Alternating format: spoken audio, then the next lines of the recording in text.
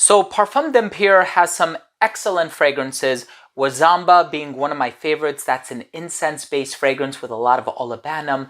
There's also Cuir Ottoman, which is a leather-based fragrance. In today's Cephalabon contributor video, we're going to be taking a closer look at a very classy, elegant, and timeless fragrance.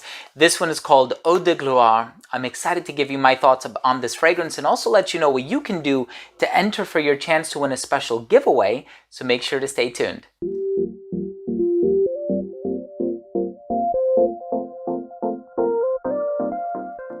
Before I begin today's review on Eau De Gloire by Parfum d'Empire, and I tell you all about this fragrance, the smell, the performance, the longevity, what I get on my skin, and comparisons as well, I do want to start things off by mentioning that if you're a fan of fragrance-related content, please do consider supporting the channel by subscribing to it. Hit that bell icon so you could be notified every time I do upload future videos to the channel. And of course, give this video a thumbs up if you take something of value from today's episode. Now, I do want to mention that there's this very special giveaway happening for a full-size bottle of this fragrance. All you need to do to enter the draw is shoot on over to cephalabon.com. I am a contributor for Cephalabon. It's going to be the first link down in the description below. Read through the article, and after you've become a registered reader, that's important, just leave a comment on the article, and that's it. Make sure to check back on over to the article on the date that's specified to know if you've won. I'm very excited for everybody to participate in the draw, and I hope you have the opportunity to win a bottle. Now, of course, there's a lot of information on the presentation for this fragrance, and I really like that Parfum d'Empire does this. So you have Marc-Antoine Corticciato, and of course, there's a lot of time and attention and effort and energy that is poured into all of these compositions. And of course, the name for this one translates to glorious water. Now, very interesting note breakdown. You have sparkling tangerine, bergamot, aromas of myrtle and rosemary, so it's going to be a little aromatic in the heart. And then towards the base, of course, you have cistus, which is resinous, and oak moss with incense. So it seems to be a little bit on the darker side of things. You can probably expect something very fresh and energetic in the opening on account of the mandarin and the citrus, drying down to something very warm, earthy, verdant, but also incensey at the same time. So I'm very excited to give you my thoughts on the smell. Let's start things off with the presentation.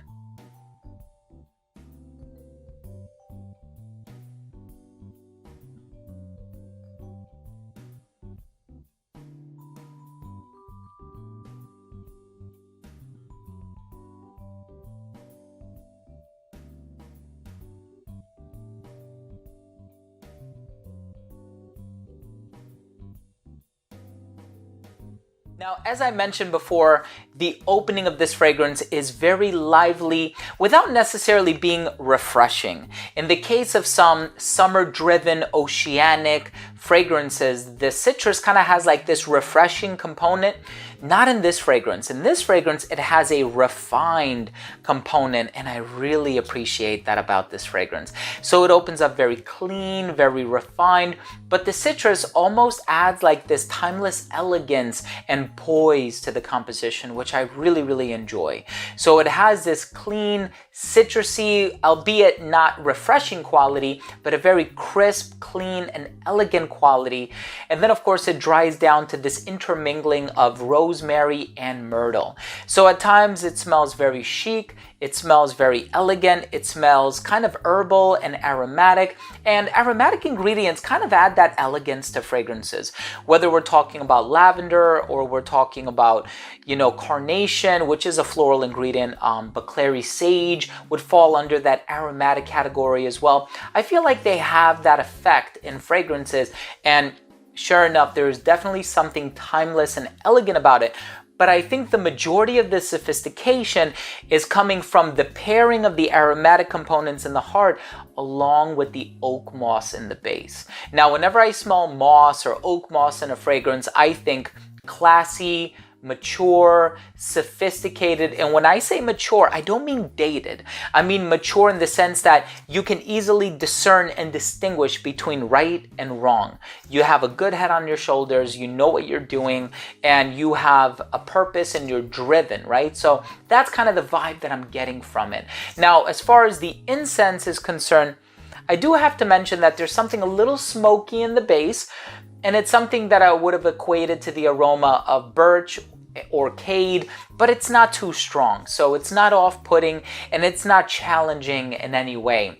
There is probably a little bit of that incense kind of contributing to that smoky touch, and in terms of the incense, it is a little bit on the smoky side of things. Whenever I think of frankincense, for example, I always equate it to having like a lemony pine aroma, and that's something that you'll get from Wazamba, but not necessarily something that you're going to get from this fragrance. So you're not getting a whole lot of frankincense per se, but you are getting a, generally speaking, incense accord in the base that has this resinous slash balsamic vibe that kind of leans on the dry amber side, right? So you have some really sweet amber fragrances, and here it's very dry. There isn't anything overly floral about it. It's not very woodsy, it's more earthy, verdant, and balsamic. Now, the overall effect that this produces is one of class, elegance, sophistication, and I've seen online people have compared it to Bel Ami by Hermes. I've tried Bel Ami and I can see the comparison, but at the end of the day, this fragrance really has its own magic and it does its own thing. And I think if you're looking for something that's versatile, something classy that will convey a certain level of elegance, you can't go wrong with Eau De Gloire by Parfum d'Empire. Let's go ahead and finish things off with my overall assessment. Now, first, in terms of the uniqueness and the overall smell, I certainly find this fragrance to be unique. It has a timeless elegance about it that I really enjoy. An overall smell, I can see this one working fantastically well if it's worn in a formal scenario. I really think that that's when this fragrance is going to shine.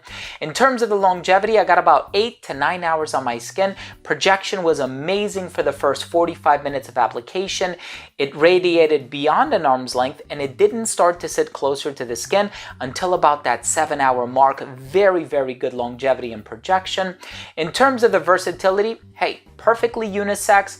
I would wear this one formally as opposed to casually. However, if you like the smell, wear it whenever you want. These are just recommendations. I can see somebody who has more experience with fragrances, specifically niche fragrances, really gravitating towards this fragrance, and perhaps somebody who's a little bit older, more mature, more set in their ways, really appreciating the full beauty and magnitude of this fragrance. And in terms of the seasons, I can see this one working really well in every single season. There's a bright nature that would make it appropriate for the hotter weather, but then there's this warm, ambery, resinous, balsamic, verdant, and resolute nature about it that would make it appropriate for the autumn and winter. Presentation for this one, I like the name, I like the bottles, and I think it's a cool presentation, a little bit on the minimalist side, but that also contributes to the timelessness.